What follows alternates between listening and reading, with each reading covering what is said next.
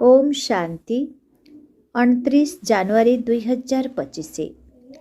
परम शिक्षक श्री भगवान उवाच मीठे बच्चे, तुमको जोगबल द्वारा ही विकर्म विनाश करी पवित्र होई पवित्र दुनिया गढ़िबाकू हेबो। एहा ही तुमर सेवा। आजिर प्रश्न, देवी देवता धर्मर क्यों विशेषतार गायन करा जायछि? देवी देवता धर्मर क्यों विशेषतार गायन करा जायछि?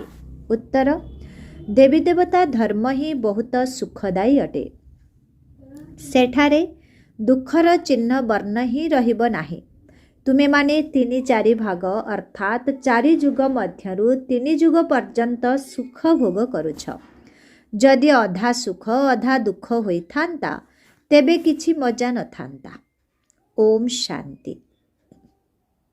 भगवान उवाच निजे भगवान ही आसी बुझाउछंती जे कौनसी मनुष्य को भगवान कुहा जाई पारिबो नाही। देवता मानंकु मध्य भगवान कुहा जीवो नाही। भगवान तो निराकार अटंती, तांकर कौनसी साकारी अथवा आकारी रूप नाही। सूक्ष्म लोक निवासींकर मध्य सूक्ष्म आकार रहिछि, सेथिपाई ताकू सूक्ष्म लोक कुहा जाउछि। एठारे साकार मनुष्य शरीर अछि, तेणु एहाकू स्थूल लोक कुहा जाउछि। सूक्ष्म लोकरे एही स्थूल 5 तत्वर शरीर न थाए।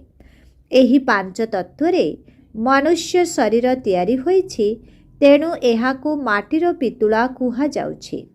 सूक्ष्म लोक निवासी को माटीर पितुला कुहा जीवो नाही।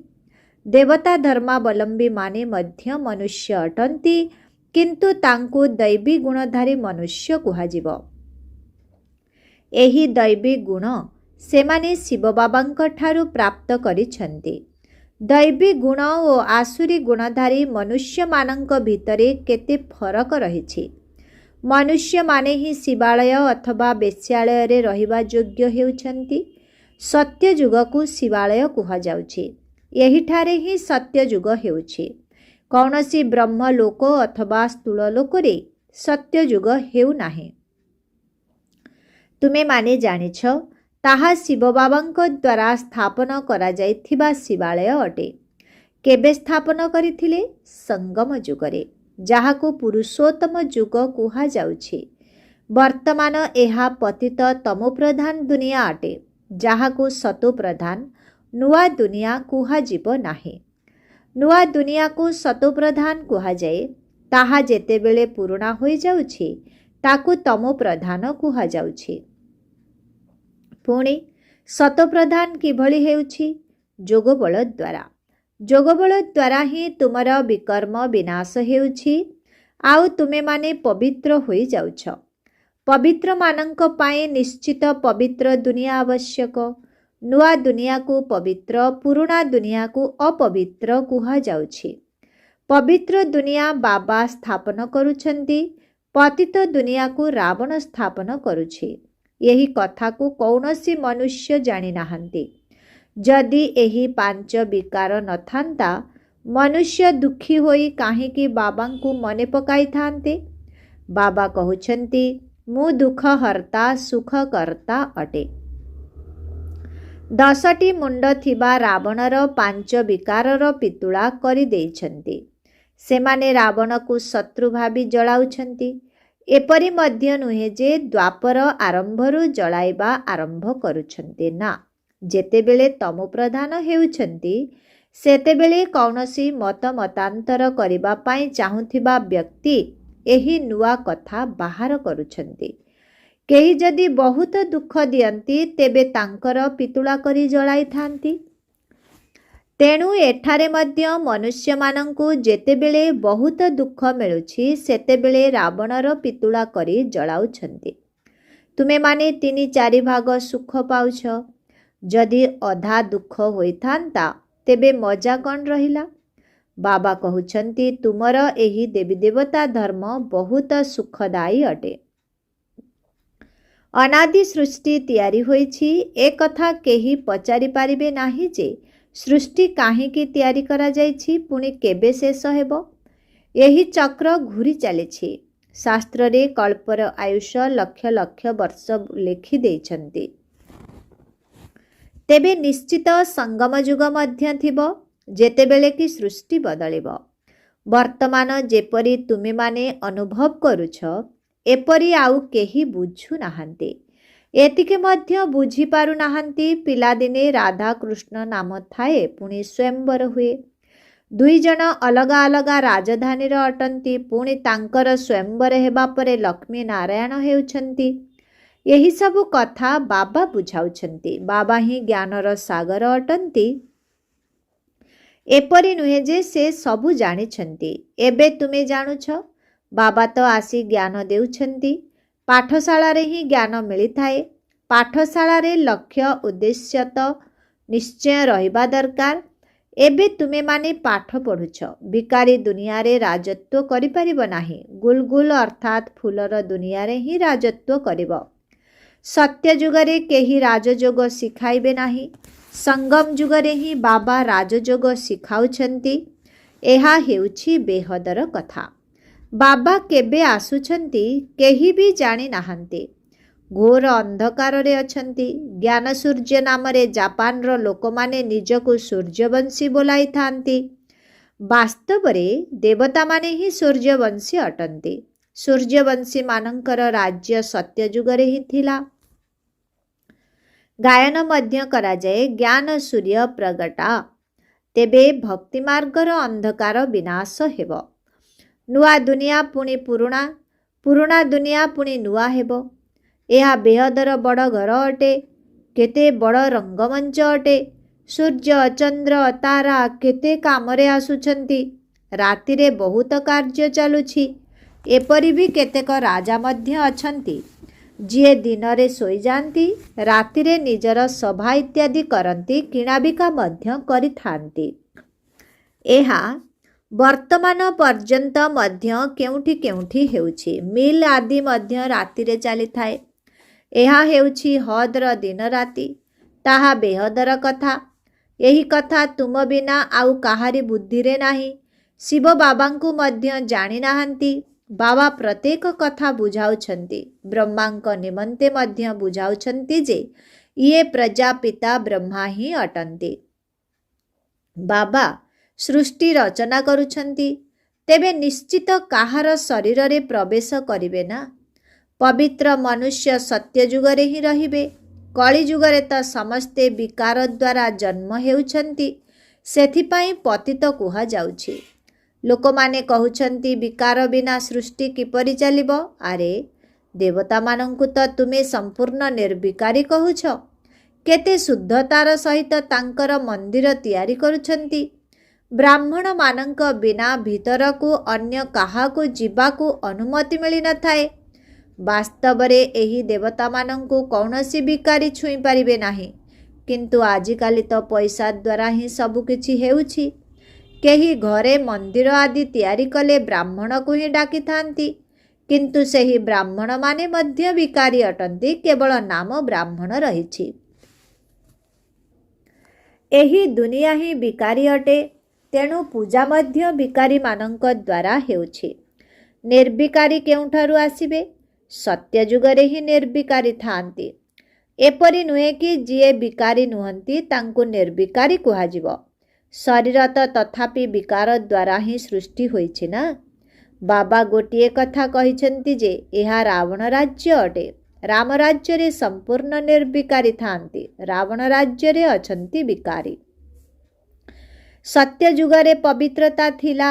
ତେଣୁ ଶାନ୍ତି ସମୃଦ୍ଧି ସବୁ ଥିଲା। ତୁମେମାନେ ଦେଖାଇ ପାରିବ ଯେ ସତ୍ୟ ଯୁଗରେ ଏହି ଲକ୍ଷ୍ମୀ ନାରାୟଣଙ୍କର ରାଜ୍ୟ ଥିଲା ନା।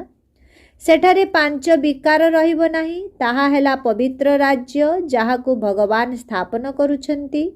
ଭଗବାନ କ'ଣ ପତିତ ରାଜ୍ୟ ସ୍ଥାପନ କରନ୍ତି? ସତ୍ୟ ଯୁଗରେ ଯଦି ପତିତ ଥାନ୍ତେ ତେବେ ଡାକି ନଥାନ୍ତେ ନା। ସେଠାରେ ତ କେହି ଡାକିବେ ନାହିଁ, କାରଣ ସେଠାରେ ସମସ୍ତେ ସୁଖୀ ଏବଂ ସୁଖୀରେ ସୁଖରେ କେହି ମନେ ପକାଇ ନଥାନ୍ତି। ପରମାତ୍ମାଙ୍କର ମହିମା ମଧ୍ୟ କହୁଛନ୍ତି ସୁଖର ସାଗର, ପବିତ୍ରତାର ସାଗର, ଜ୍ଞାନର ସାଗର, ଶାନ୍ତିର ସାଗର। ଏ ମଧ୍ୟ କଥା କହୁଛନ୍ତି ଶାନ୍ତି ହେଉ। ତେବେ ସାରା ଦୁନିଆରେ ମନୁଷ୍ୟ କିପରି ଶାନ୍ତି ସ୍ଥାପନ କରିବେ? ଶାନ୍ତିର ରାଜ୍ୟ ତ କେବଳ ସ୍ୱର୍ଗରେ ହିଁ ଥିଲା। ଯେତେବେଳେ କେହି ପରସ୍ପର ସହିତ ଲଢ଼େଇ କରନ୍ତି ତେବେ ଶାନ୍ତି କରାଇବାକୁ ପଡ଼ିଥାଏ। ସେଠାରେ ତ ରାଜ୍ୟ ଗୋଟିଏ ହିଁ ହେବ। ବାବା କହୁଛନ୍ତି ଏହି ପୁରୁଣା ଦୁନିଆ ଏବେ ବିନାଶ ହେବାକୁ ଯାଉଛି। ଏହି ମହାଭାରତ ଲଢ଼େଇରେ ସବୁ ବିନାଶ ହୋଇଯିବ। ବିନାଶ କାଳେ ବିପରୀତ ବୁଦ୍ଧି ଅକ୍ଷର ମଧ୍ୟ ଲେଖାଯାଇଛି। ବାସ୍ତବରେ ତୁମେମାନେ ତ ପାଣ୍ଡବ ଅଟ ନା। ତୁମେ ହେଉଛ ରୁହାନୀ ପଣ୍ଡା, ସମସ୍ତଙ୍କୁ ମୁକ୍ତିଧାମର ରାସ୍ତା ବତାଉଛ। ଶାନ୍ତିଧାମ ହେଉଛି ଆତ୍ମାମାନଙ୍କର ଘର, ଏହା ହେଉଛି ଦୁଃଖଧାମ। ବର୍ତ୍ତମାନ ବାବା କହୁଛନ୍ତି ଏହି ଦୁଃଖଧାମକୁ ଦେଖୁଥିଲେ ମଧ୍ୟ ଭୁଲିଯାଅ। ବାସ୍ ଏବେ ତ ଆମକୁ ଶାନ୍ତିଧାମକୁ ଯିବାକୁ ହେବ। ଏ କଥା ଆତ୍ମା କହୁଛି, ଆତ୍ମା ଅନୁଭବ ମଧ୍ୟ କରୁଛି। ଆତ୍ମାର ସ୍ମୃତି ଆସିଛି ଯେ ମୁଁ ହେଉଛି ଆତ୍ମା। ବାବା କହୁଛନ୍ତି ମୁଁ ଯିଏ ଏବଂ ଯେପରି ଅଟେ ଆଉ ତ କେହି ଜାଣିପାରିବେ ନାହିଁ। ତୁମକୁ ହିଁ ବୁଝାଇ ଦେଇଛି ମୁଁ ବିନ୍ଦୁ ଅଟେ। ତୁମମାନଙ୍କର ବୁଦ୍ଧିରେ ସବୁବେଳେ ଏହି କଥା ରହିବା ଉଚିତ ଯେ ଆମେ କିପରି 84ର ଚକ୍ର ଲଗାଉଛୁ। ଏଥିରେ ବାବା, ଘର ଏବଂ ଚକ୍ର ମଧ୍ୟ ମନେ ପଡ଼ିବ। ଏହି ବିଶ୍ୱର ଇତିହାସ, ଭୂଗୋଳ ଆଦିକୁ ତୁମେମାନେ ହିଁ ଜାଣିଛ। କେତେ ଦେଶ ଅଛି, କେତେ ଲଢ଼େଇ ଆଦି ଲାଗୁଛି। ସତ୍ୟ ଯୁଗରେ ଲଢ଼େଇ ଆଦିର କଥା ନାହିଁ। କେଉଁଠି ରାମରାଜ୍ୟ ଓ କେଉଁଠି ରାବଣ ରାଜ୍ୟ। ବାବା କହୁଛନ୍ତି ଏବେ ତୁମେମାନେ ଯେପରି ଈଶ୍ୱରୀୟ ରାଜ୍ୟରେ ଅଛ। କାହିଁକି ନା ଈଶ୍ୱର ଏଠାକୁ ଆସିଛନ୍ତି ରାଜ୍ୟ ସ୍ଥାପନ କରିବା ପାଇଁ। ଈଶ୍ୱର ନିଜେ ରାଜ୍ୟ ତ କରୁନାହାନ୍ତି କିମ୍ବା ନିଜେ ରାଜତ୍ୱ ନେଉନାହାନ୍ତି। ନିଷ୍କାମ ସେବା କରୁଛନ୍ତି। ସର୍ବୋଚ୍ଚ ଭଗବାନ ହେଉଛନ୍ତି ସବୁ ଆତ୍ମାମାନଙ୍କର ପିତା। ବାବା କହିଲେ ଏକଦମ ଖୁସିର ପାରଦ ଚଢ଼ିବା ଦରକାର। ଅତୀନ୍ଦ୍ରିୟ ସୁଖ ତୁମର ଅନ୍ତିମ ଅବସ୍ଥାର ଗାୟନ ଅଟେ। ଯେତେବେଳେ ପରୀକ୍ଷା ସମୟ ନିକଟତର ହୋଇଥାଏ ସେ ସମୟରେ ସବୁ ସାକ୍ଷାତକାର ହୋଇଥାଏ। ଅତୀନ୍ଦ୍ରିୟ ସୁଖ ମଧ୍ୟ ପିଲାମାନଙ୍କର କ୍ରମାନୁସାରେ ରହିଛି। କେହି ତ ବାବାଙ୍କ ସ୍ମୃତିରେ ବହୁତ ଖୁସିରେ ରହିଥାନ୍ତି। ତୁମ ପିଲାମାନଙ୍କର ସାରା ଦିନ ଏହି ଅନୁଭବ ରହୁ ଯେ ଓହୋ ବାବା ଆପଣ ଆମକୁ କ'ଣରୁ କ'ଣ କରିଦେଇଛନ୍ତି। ଆପଣଙ୍କ ଠାରୁ ଆମକୁ କେତେ ସୁଖ ନ ମିଳୁଛି।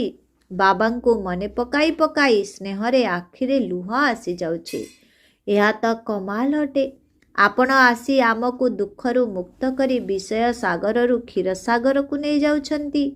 ସାରା ଦିନ ଏହି ଅନୁଭୂତିରେ ରହିବା ଦରକାର। ବାବା ଯେତେବେଳେ ତୁମକୁ ମନେ ପକାଇ ଦେଉଛନ୍ତି ସେତେବେଳେ ତୁମେ ଖୁସିରେ କେତେ ଗଦଗଦ ହୋଇଯାଉଛ। ଶିବ ବାବା ଆମକୁ ରାଜଯୋଗ ଶିଖାଉଛନ୍ତି। ବାସ୍ତବରେ ଶିବବାବା ମଧ୍ୟ ଏବେ ବାସ୍ତବରେ ଶିବରାତ୍ରି ମଧ୍ୟ ଏବେ ପାଳନ କରାଯାଉଛି। କିନ୍ତୁ ମନୁଷ୍ୟମାନେ ଶିବ ବାବାଙ୍କ ବଦଳରେ ଶ୍ରୀକୃଷ୍ଣଙ୍କ ନାମ ଗୀତାରେ ଲେଖିଦେଇଛନ୍ତି। ଏହା ସବୁଠାରୁ ବଡ଼ ଭୁଲ। ନମ୍ବର 1 ଗୀତାରେ ହିଁ ଭୁଲ କରିଦେଇଛନ୍ତି। ଡ୍ରାମା ହିଁ ଏପରି ତିଆରି ହୋଇଛି। ବାବା ଆସି ଏହି ଭୁଲ ବତାଉଛନ୍ତି।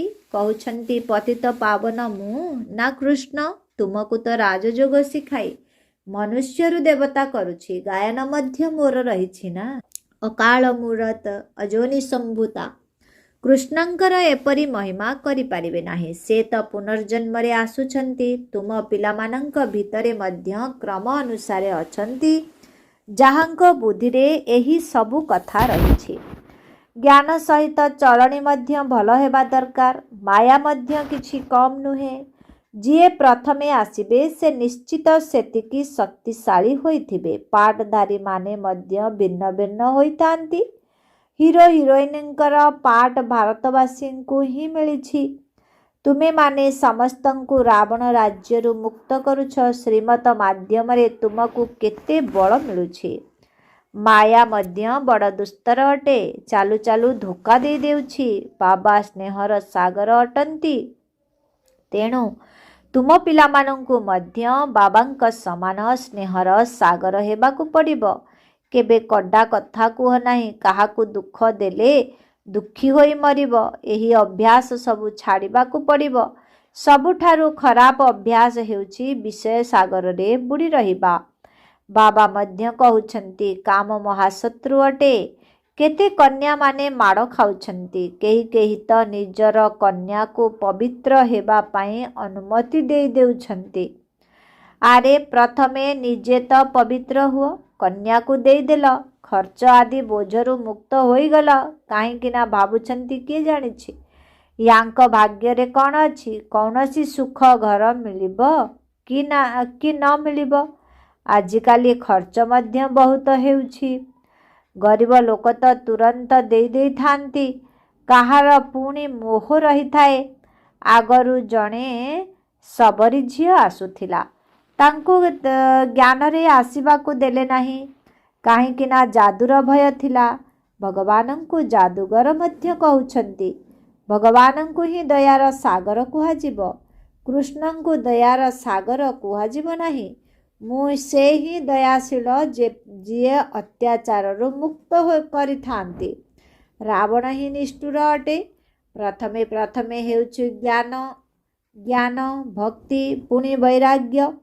ଏପରି ନୁହେଁ ଯେ ଭକ୍ତି, ଜ୍ଞାନ ପୁଣି ବୈରାଗ୍ୟ କୁହାଯିବ। ଜ୍ଞାନର ବୈରାଗ୍ୟ ବୋଲି କୁହାଯାଇ ପାରିବ ନାହିଁ। ଭକ୍ତିରୁ ବୈରାଗ୍ୟ କରିବାକୁ ପଡ଼ିଥାଏ। ସେଥିପାଇଁ ଜ୍ଞାନ, ଭକ୍ତି, ବୈରାଗ୍ୟ ଏହା ସଠିକ୍ ଅକ୍ଷର ଅଟେ।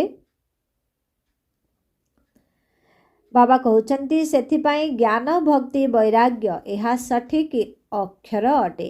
ବାବା ତୁମମାନଙ୍କୁ ବେହଦର ଅର୍ଥାତ୍ ପୁରୁଣା ଦୁନିଆରୁ ବୈରାଗ୍ୟ କରାଉଛନ୍ତି।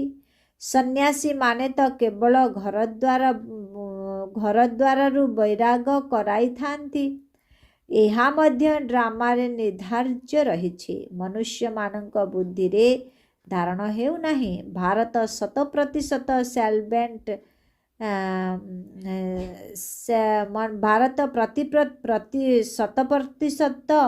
ସଲଭେଣ୍ଟ, ନିର୍ବିକାରୀ, ସୁସ୍ଥ ଥିଲା। କେବେ ଅକାଳ ମୃତ୍ୟୁ ହେଉନଥିଲା। ଏହିସବୁ କଥାରେ ଧାରଣା ବହୁତ କମ୍ ଆତ୍ମାଙ୍କୁ ହିଁ ହୋଇଥାଏ। ଯିଏ ଭଲ ସେବା କରୁଛନ୍ତି ସେ ବହୁତ ସାହୁକାର ହେବେ। ପିଲାମାନଙ୍କୁ ତ ସାରା ଦିନ ବାବା ହିଁ ମନେ ରହିବା ଉଚିତ, କିନ୍ତୁ ମାୟା କରିବାକୁ ଦେଉନାହିଁ। ବାବା କହୁଛନ୍ତି ସତୋପ୍ରଧାନ ହେବା ପାଇଁ ଚାଲିବା ବୁଲିବା ସମୟରେ, ଖାଇବା ପିଇବା ସମୟରେ ମୁଁ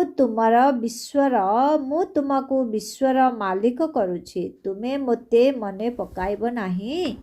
ଅନେକଙ୍କ ପାଖରୁ ମାୟାର ତୋଫାନ ବହୁତ ଆସୁଛି। ବାବା ବୁଝାଉଛନ୍ତି ଏହା ତ ହେବ। ଡ୍ରାମାରେ ନିର୍ଦ୍ଧାର୍ଯ୍ୟ ରହିଛି। ସ୍ୱର୍ଗର ସ୍ଥାପନା ତ ନିଶ୍ଚିତ ହେବ। ସର୍ବଦା ନୂଆ ଦୁନିଆ ତ ରହିବ ନାହିଁ।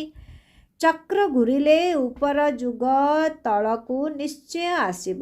ପ୍ରତ୍ୟେକ ଜିନିଷ ନୂଆରୁ ନିଶ୍ଚୟ ପୁରୁଣା ହୋଇଯିବ। ବର୍ତ୍ତମାନ ମାୟା ସମସ୍ତଙ୍କୁ ଏପ୍ରିଲ ଫୁଲ କରିଦେଇଛି। ବାବା ଆସି ଗୁଲଗୁଲ କରୁଛନ୍ତି। ଆଚ୍ଛା, ମିଠେ ମିଠେ ଶିଖିଲା ଦେ ସନ୍ତାନମାନଙ୍କ ପ୍ରତି ମାତା ପିତା ବାପଦାଦାଙ୍କର ମଧୁର ସ୍ନେହ ସମ୍ପନ୍ନ ଶୁଭେଚ୍ଛା ଏବଂ ସୁପ୍ରଭାତ। ଆତ୍ମିକ ପିତାଙ୍କର ଆତ୍ମିକ ସନ୍ତାନମାନଙ୍କୁ ନମସ୍ତେ। ଆତ୍ମିକ ସନ୍ତାନମାନଙ୍କର ଆତ୍ମିକ ପିତାଙ୍କୁ ଓମ୍ ଶାନ୍ତି। ନମସ୍ତେ ନମସ୍ତେ ନମସ୍ତେ। ଓମ୍ ଶାନ୍ତି। ଧାରଣା ପାଇଁ ମୁଖ୍ୟ ସାର 1 ନମ୍ବର, ବାବାଙ୍କ ଭଳି ସ୍ନେହର ସାଗର ହେବାକୁ ପଡ଼ିବ। କେବେ କାହାକୁ ବି ଦୁଃଖ ଦେବାର ନାହିଁ। କଷ୍ଟଦାୟୀ କଥା ମଧ୍ୟ କହିବାର ନାହିଁ। ଖରାପ ଅଭ୍ୟାସ ଗୁଡ଼ିକୁ ସମାପ୍ତ କରିଦେବାକୁ ହେବ। 2 ନମ୍ବର, ବାବାଙ୍କ ସହିତ ମିଠା ମିଠା କଥାବାର୍ତ୍ତା ହୋଇ ଏହି ଅନୁଭୂତିରେ ରହିବାକୁ ହେବ ଯେ ଓହୋ ବାବା ଆପଣ ମୋତେ କ'ଣରୁ କ'ଣ କରିଦେଇଛନ୍ତି। ଆପଣ ମୋତେ କେତେ ସୁଖ ଦେଇଛନ୍ତି। ବାବା ଆପଣ ମୋତେ କ୍ଷୀରସାଗରରୁ ନେଇଯାଉଛନ୍ତି। ସାରା ଦିନ ଏହିଭଳି ବାବା ବାବା ମନେ ରହିଥାଉ। ଆଜିର ବରଦାନ, ସର୍ବସମ୍ବନ୍ଧ ଏବଂ ସର୍ବଗୁଣର ଅନୁଭୂତିରେ ସମ୍ପନ୍ନ ହେଉଥିବା ସମ୍ପୂର୍ଣ୍ଣ ମୂରତ ଭବ। ସଙ୍ଗମ ଯୁଗରେ ବିଶେଷ କରି ସର୍ବପ୍ରାପ୍ତି ଗୁଡ଼ିକରେ ନିଜକୁ ସମ୍ପନ୍ନ କରିବାକୁ ହେବ। ସେଥିପାଇଁ ସର୍ବସମ୍ପତ୍ତି, ସର୍ବସମ୍ବନ୍ଧ, ସର୍ବଗୁଣ ଏବଂ କର୍ତ୍ତବ୍ୟକୁ ସମ୍ମୁଖରେ ରଖି ଚେକ୍ କର ଯେ ଏହି ସବୁ କଥାରେ ମୁଁ ଅନୁଭବୀ ହେଲିଣି ତ। ଯଦି କୌଣସି କଥାରେ ଅନୁଭବରେ କମି ରହିଛି ତେବେ ସେଥିରେ ନିଜକୁ ସମ୍ପନ୍ନ କର। ଯଦି ଗୋଟିଏ ବି ସମ୍ବନ୍ଧ ବା ଗୁଣର କମି ରହିଯିବ ତେବେ ସମ୍ପୂର୍ଣ୍ଣ ସ୍ଥିତି ବା ସମ୍ପୂର୍ଣ୍ଣ ମୂରତ ବୋଲାଇ ପାରିବ ନାହିଁ। ସେଥିପାଇଁ ବାବାଙ୍କର ଗୁଣଗୁଡ଼ିକୁ ବା ନିଜର ଆଦି ସ୍ୱରୂପର ଗୁଣଗୁଡ଼ିକୁ ଅନୁଭବ କର, ତେବେ ଯାଇ ସମ୍ପୂର୍ଣ୍ଣ ମୂରତ ହୋଇପାରିବ। ଆଜିର ସ୍ଲୋଗାନ ଉତ୍ତେଜିତ ହେବା ମଧ୍ୟ ମନର କାନ୍ଦଣା ଅଟେ। ଏବେ କାନ୍ଦିବାର ଫାଇଲକୁ ସମାପ୍ତ କର। ଓମ୍ ଶାନ୍ତି। ଆଜିର ଅବ୍ୟକ୍ତ ଇଶାରା, ନିଜର ଶକ୍ତିଶାଳୀ ସଂକଳ୍ପ ଦ୍ୱାରା ସୂକ୍ଷ୍ମ ଶକ୍ତି ପ୍ରଦାନ କରିବାର ସେବା କର। 29 ନମ୍ବର, ମାନସିକ ସେବା କରିବା ପାଇଁ ହେଲେ ସର୍ବଶକ୍ତି ଗୁଡ଼ିକୁ ନିଜର ଜୀବନର ଅଙ୍ଗ କରିଦିଅ। ବାବାଙ୍କ ସମାନ ଏଭଳି ପରଫେକ୍ଟ ଅର୍ଥାତ୍ ନିଖୁଣ ହୋଇଯାଅ, ଯାହାକି ଭିତରେ କୌଣସି ପ୍ରକାରର ଡିଫେକ୍ଟ ବା ଖୁଣ ନ ରହୁ। ତେବେ ଯାଇ ନିଜର ଶ୍ରେଷ୍ଠ ସଂକଳ୍ପର ଏକାଗ୍ରତା ଦ୍ୱାରା ଅର୍ଥାତ୍ ମନର ବୃତ୍ତି ଦ୍ୱାରା ସ୍ୱତଃ ଭାବରେ ଚତୁର୍ଦିଗରେ ସକାଶ ବିଚ୍ଛୁରିତ ହେବାକୁ ଲାଗିବ। ଓମ୍ ଶାନ୍ତି।